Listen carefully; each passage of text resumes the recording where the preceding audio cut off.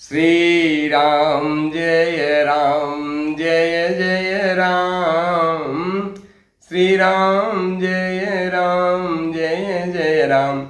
मेरे प्रभु राम, हम सबके श्री राम के इस 98वें संस्करण में 98 और 98वें संस्करण में आप सभी का हार्दिक अभिनंदन है, हार्दिक स्वागत। प्रिय मित्रों, आप सबको यह रामचरितमानस का सत्संग बहुत ही सुंदर लग रहा है। इसको लाइक सब्सक्राइब करके बेल आइकन जरूर दबा दें और इसको अधिक से अधिक अपने सोशल मीडिया में शेयर करें। यही आप सबकी भगवान श्री रामचंद्र जी के श्री चरण कमलों में मंगलमय सेवा होगी।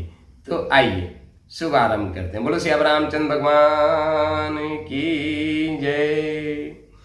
भई बिकल अबला सकल दुखित देखि गिरिनार, करि बिलाप रोदति बदति सुतासने सभार। सियापति राम मेरे प्रभु राम, नारद कर मैं काह बिगारा, भवन मोर जिन्ह बसत उजारा।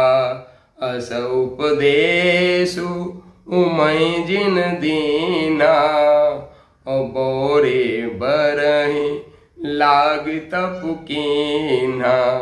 साच उनके मोहन माया, उदासीन तनु धाम न जाया।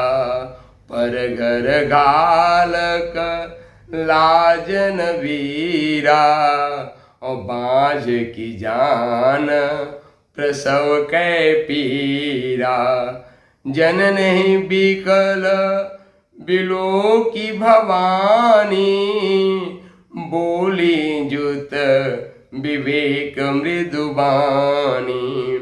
अस विचारी सोचहि मति माता, सो न टरहि जो रचहि विधाता।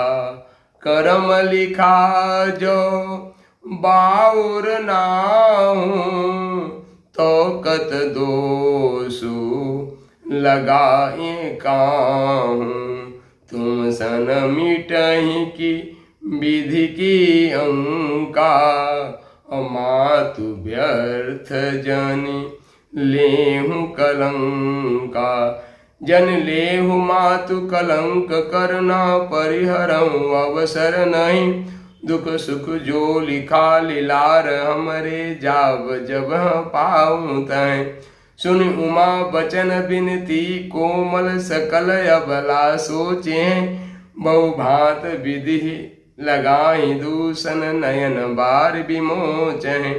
तें अवसर नारद सहित और ऋषि सप्त समेत, समाचार सुन तुहिन गिरि गवने तुरत निकेत। सियापति राम मेरे प्रभु राम। मेरे प्रभु राम, हम सबके श्री राम के इस 98वें संस्करण में आप सभी का हार्दिक अभिनंदन है, हार्दिक स्वागत है। प्रिय मित्रों, आप सबको यह रामचरितमानस का सत्संग बहुत ही सुंदर लग रहा है। इसको लाइक सब्सक्राइब करके बेल आइकन जरूर दबा दें और इसको अधिक से अधिक अपने सोशल मीडिया में शेयर करें। यही आप सबके भगवान श्री रामचंद्र जी के श्री चरण कमलों में मंगलमय सेवा होगी। तो आइए अब इन्हीं चौपाइयों का हिंदी में भावार्थ श्रवण करते हैं। भई बिकल अबला सकल दुखित देख गिरनार, कर बिलाप रोदति बदति सुतासने संभार। हिमाचल की स्त्री मैना को दुखी देखकर सारी स्त्रियां व्याकुल हो गई। मैना अपनी कन्या के स्नेह को याद करके विलाप करती, रोती और कहती थी। नारद कर मैं काह बिगारा, भवन मोर जिन बसत उजारा। अस उपदेश उम्हे जिन दीखा, दीना बोरे बरहे लाग तब कीना। मैं नारद का क्या बिगाड़ा था, जिन्होंने मेरा बसता हुआ घर उजाड़ दिया, और जिन्होंने पार्वती को ऐसा उपदेश दिया कि जिससे उसने बावले वर के लिए तप किया। साचहु उन कर मोह न माया, उदासीन धनु धाम न जाया। पर घर घालक लाज न धीरा, बाँझ की जान प्रसव के पीरा। सचमुच उनके न किसी का मोह है और न माया है, न उनको धन है, न घर है और न स्त्री ही है। वे सबसे उदासीन हैं, इसी से वे दूसरों का घर उजाड़ने वाले हैं। उन्हें न किसी की लाज है न डर है, भला बांझ स्त्री प्रसव की पीड़ा को क्या जाने। जनने बिकल बिलो की भवानी, बोली जुत विवेक मृदुबानी, अस विचार सोचहि मति माता, सो न टरें जो रचई विधाता। माता को विकल देखकर पार्वती जी विवेक युक्त कोमल वाणी बोली, हे माता, जो विधाता रस देता है वह टलता नहीं, ऐसा विचार कर तुम सोच मत करो।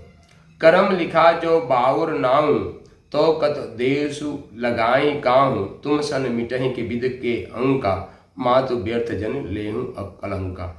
जो मेरे भाग्य में बावला ही पति लिखा है, तो किसी को क्या दोष लगाया जाए। हे माता, क्या विधाता के अंग तुमसे मिट सकते हैं? वृथा कलंक का टीका मत लो। जन लेहु मातु कलंक करुणा, परिहरहु अवसर नहीं।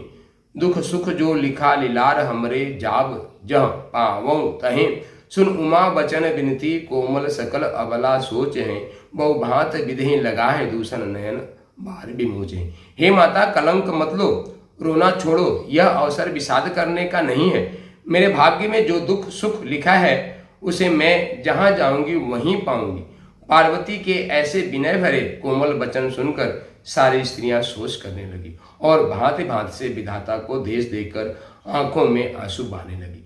तई अवसर नारद सहित अरो ऋषि सप्त समेत और समाचार सुन तुहिन गिरि गौने तुरंत निकेत। इस समाचार को सुनते ही हिमांचल उसी समय नारद जी और सप्त ऋषियों को साथ लेकर अपने घर गए।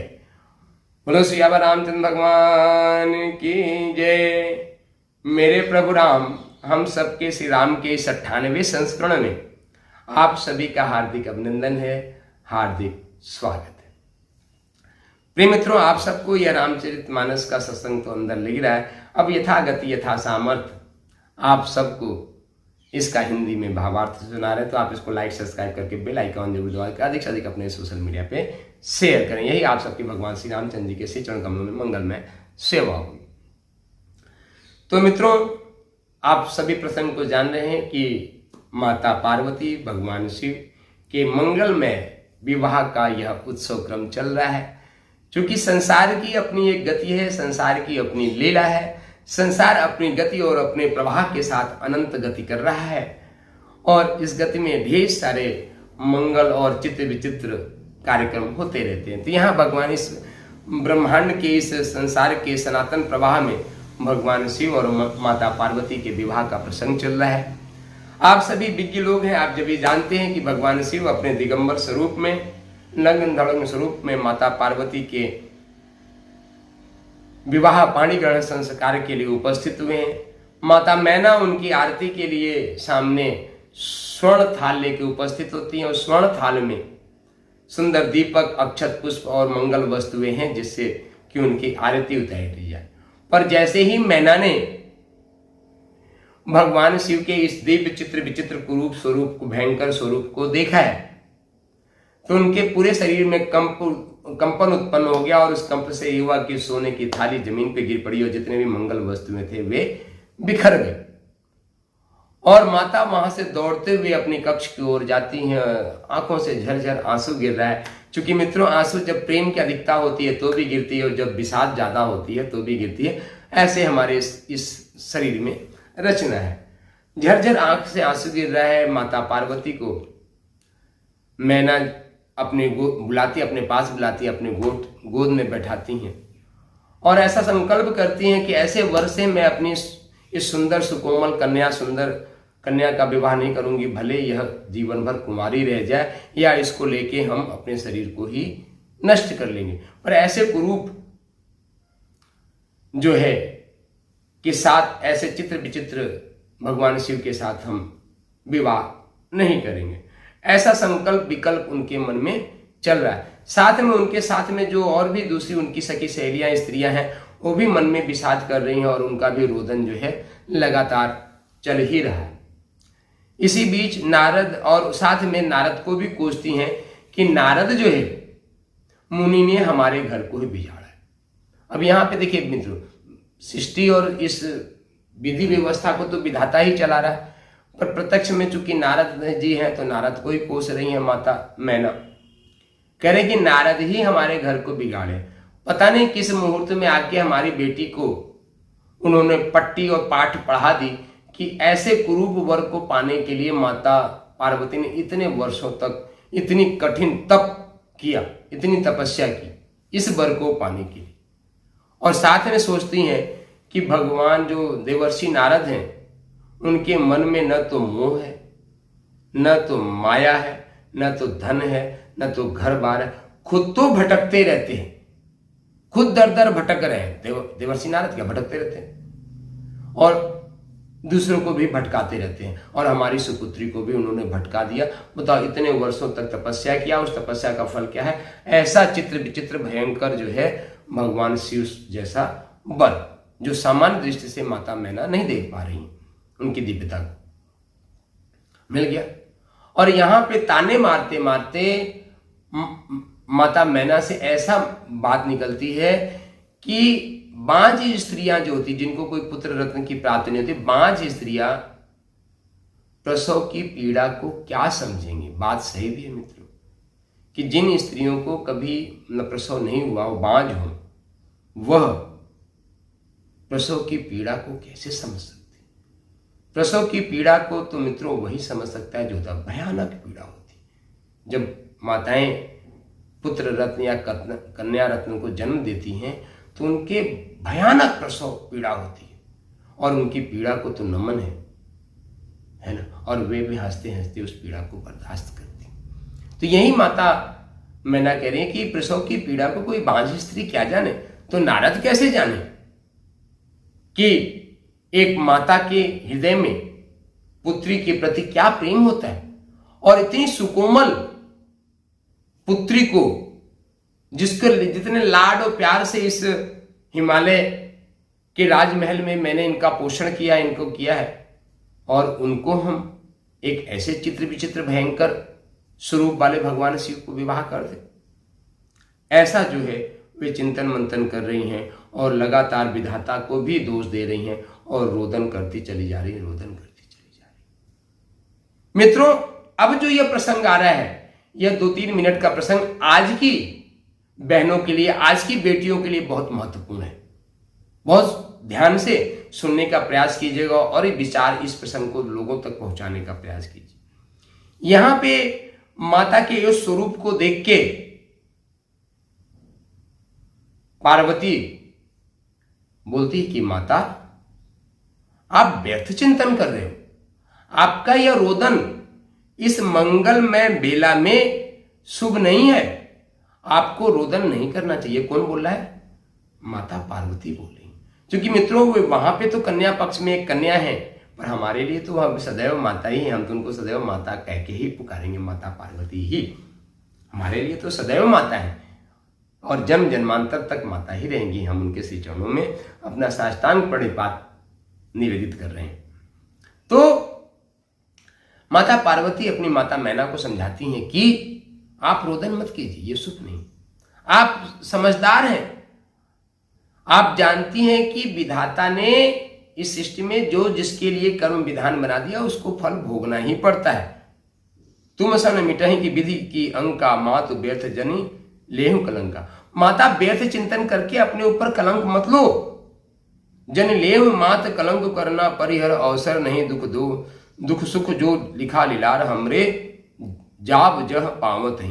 यहाँ पे माता पार्वती कहती है कि माता व्यर्थ चिंतन करते हो कि विधाता ने जो सुख दुख हमारे जीवन में लिख दिया है, वे हम कहीं भी चले जाएं, कहीं भी इस धरती पे चले जाएं, इस ब्रह्मांड में चले जाएं, वह सुख और दुख हमारा पीछा नहीं छोड़ेंगे, वे तो हमको भोगना ही पड़ेगा।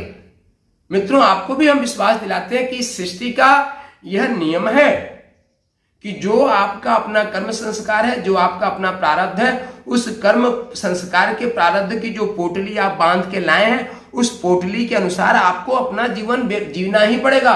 उसको दुनिया की कोई भी ताकत आपको टाल नहीं सकती। तो उस चिंतन मंथन को करके व्यक्ति हम दुखित होते हैं।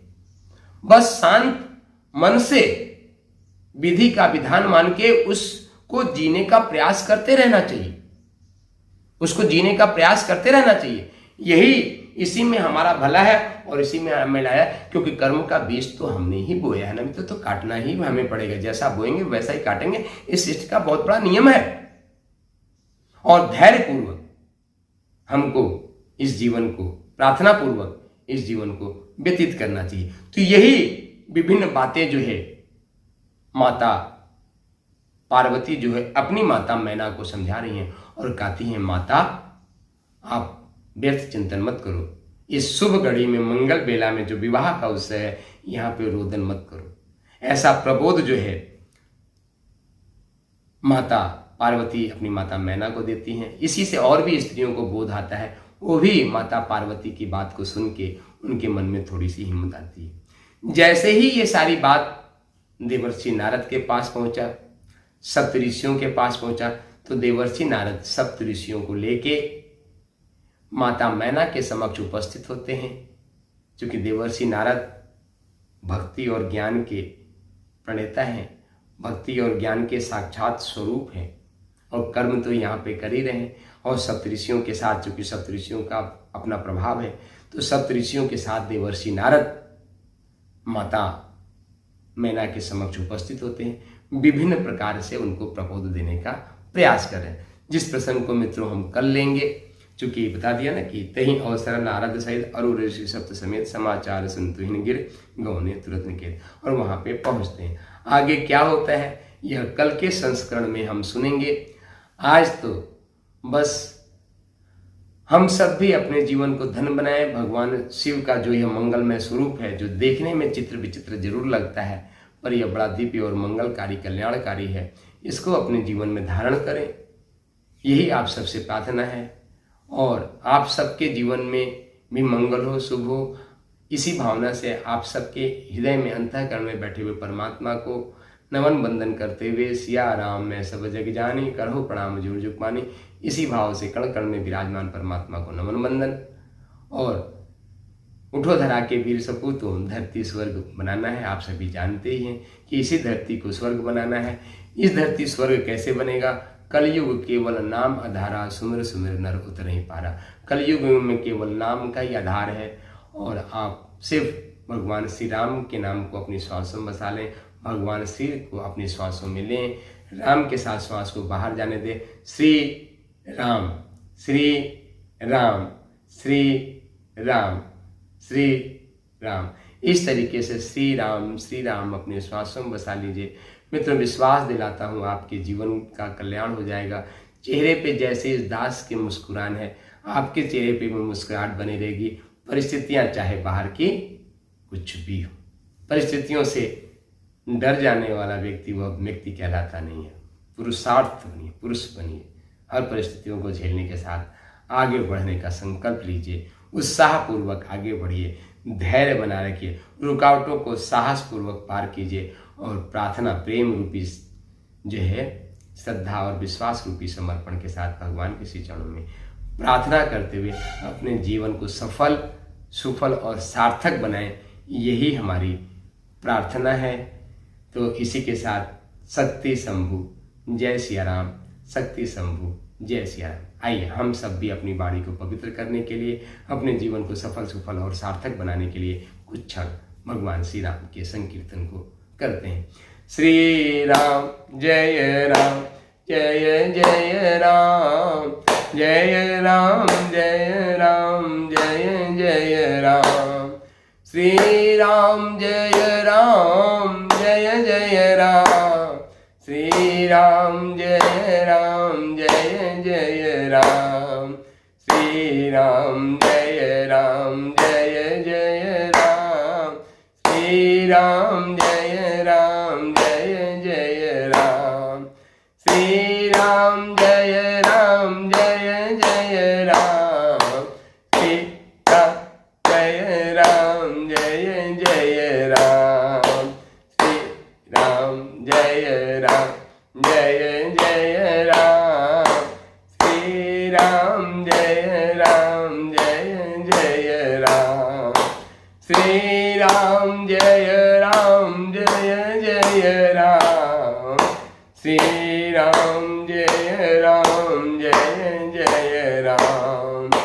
श्री राम जय जय राम, श्री राम जय जय राम, श्री राम जय जय राम, श्री राम जय जय राम,